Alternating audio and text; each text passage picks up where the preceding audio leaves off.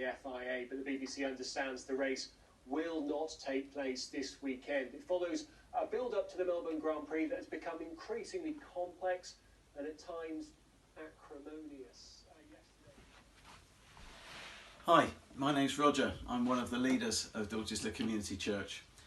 I'm sure, like me, you've been following all the different comings and goings and issues that's been portrayed across the newspapers and our TV screens about this coronavirus. As soon as sports getting affected and whole competitions maybe being postponed, you know that something serious is happening across our nation.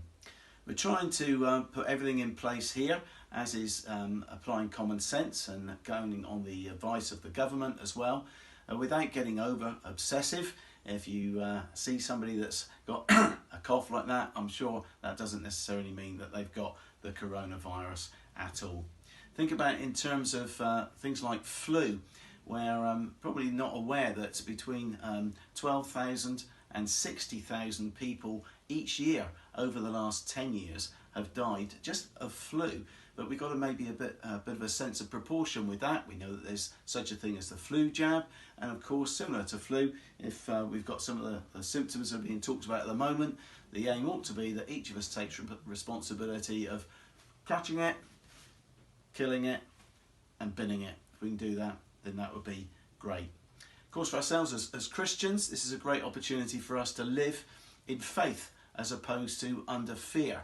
So it's a great opportunity for us, although it's a challenge as well, to maybe put into practice that which we would maybe preach. It may well be, of course, that you're not used to going to church, but seeing matters like this has kind of brought other issues into play in terms of your own life with regards to what's important, and you're asking those bigger first order questions in your own life. Well, God is equally able to be there for you. So we hope that maybe this is an opportunity for you to think through those important things as well. You'd certainly be very, very welcomed here.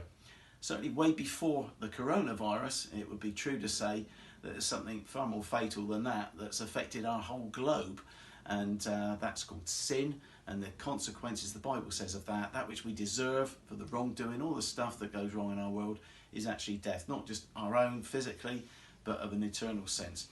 We're into a lot more to do with the solution than the problem, if you like, and you're more than welcome to find out more about that by coming along or checking out our website for more details.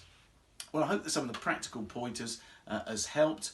I hope that you're washing your hands like crazy. I'm sure that you are, and I hope as well that you're joining us in being as prayerful as we need to be at this time. Sometimes it's only during a crisis that we're forced to our knees. This may well be one of those times where we're prompted to do so.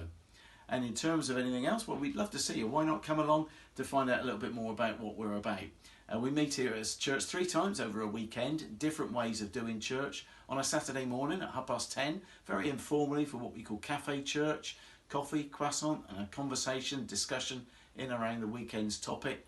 Sunday morning, that's the main gathering of people where we've got a live band, and then our community kids work that goes on upstairs, and then there's something more traditional at 6 o'clock on a Sunday evening. You'd be more than welcome to come to any of those. And of course, if you come this weekend, at the moment, fingers crossed, there's still even some toilet rolls in the toilets.